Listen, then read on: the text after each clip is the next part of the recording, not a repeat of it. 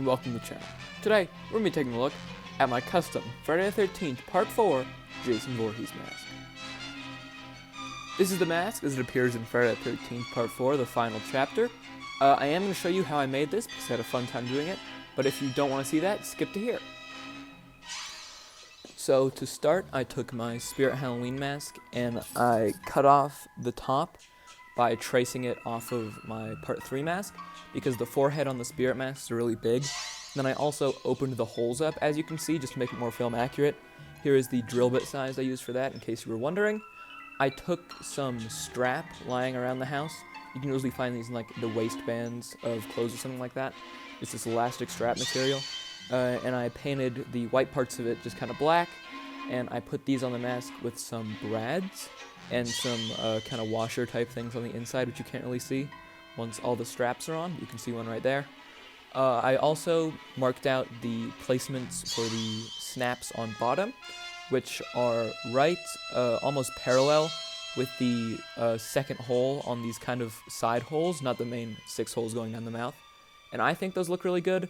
I drilled a hole through those just to make it more accurate and put more of those washer type things on. I painted it using a mix of the yellow I got from my previous one, as well as brown, black, and a bit of white whenever I needed it in there. And then I'd go over that with my X-Acto knife and scrape out parts of it, just to get all those scratches in. And whenever I needed to scrape out big parts, I would fill it back in with gray paint, and then go over the edge of that with brown paint to give it this really dirty texture, and I think it really looks nice on the mask. For the axe wound, I used hot glue and just a ton of shades of red to get that really nice kind of textured blood look to it, which I think is really cool. And then after that was all done, I sealed it in with my clear coat, the chevrons, which I again cut from CS5's chevron cutting video that he made, which I think is a very good tutorial, and those fit on the mask pretty much perfectly. So yeah, that's how it turned out.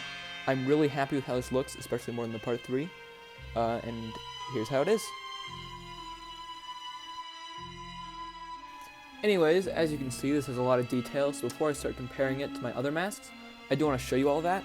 Now, I did make most of all these scratching details the same way I did on my Part 3 mask, by taking the X-Acto knife and kind of roughing up all these edges. That's how I got all these tiny little scrapes. They're just all over the mask in the film, as you can see.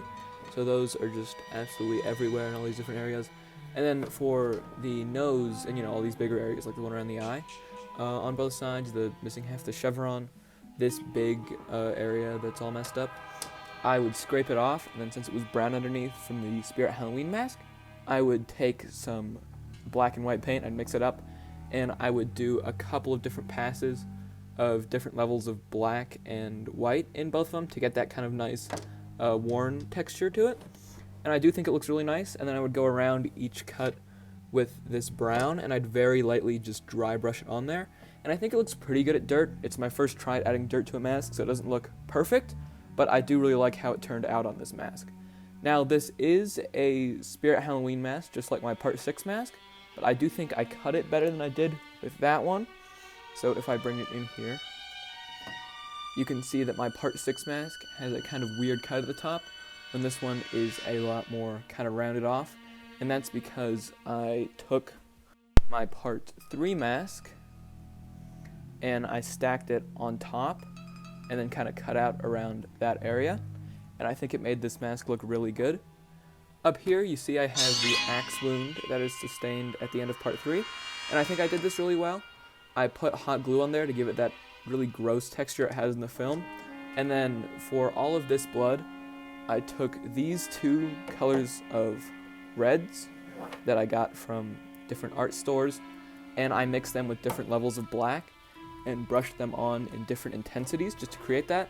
So I did the bottom layer of one of the reds as like an almost pink, and as you can see, I slowly layered up in intensity until it's almost black just to create that effect, and I think it layered on really nicely. I do think it looks kind of realistic and close to the film. These chevrons are the same tape that I used for the Part 3, which looks a bit brighter on this mask because of how much darker I made it, but I still do like how it looks, even though I don't think they turned out quite as well as the actual Part 3 chevrons.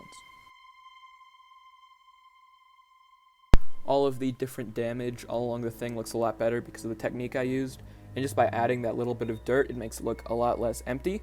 Also, you can see the color is more accurate to the film, because for the part 3, I just used this color, which, as you can see, looks like it would be pretty accurate, but it dries this very yellow, and then once I hit it with the clear coat to seal it in, it became even more yellow, so it looks more like a Jason Takes Manhattan mask than a part 3.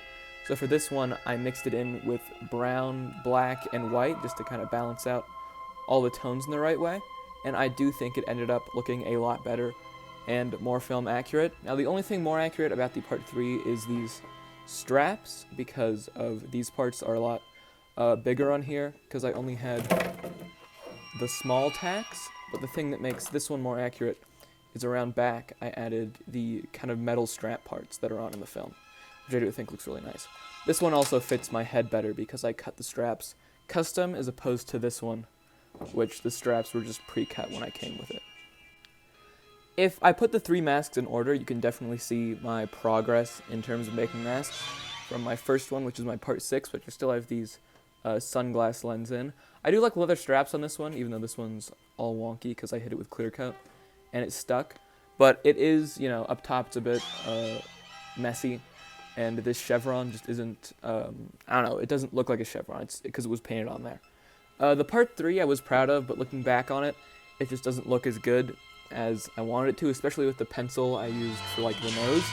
And then I am really proud of this one. I think it is my most accurate, and I think it is my best mask to date.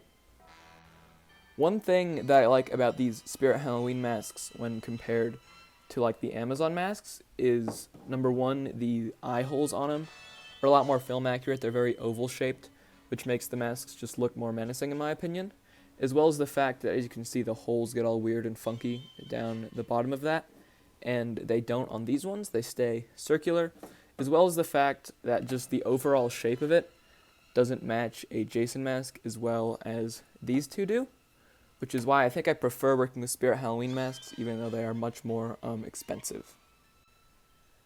Anyways, thank you for watching until the end of this video.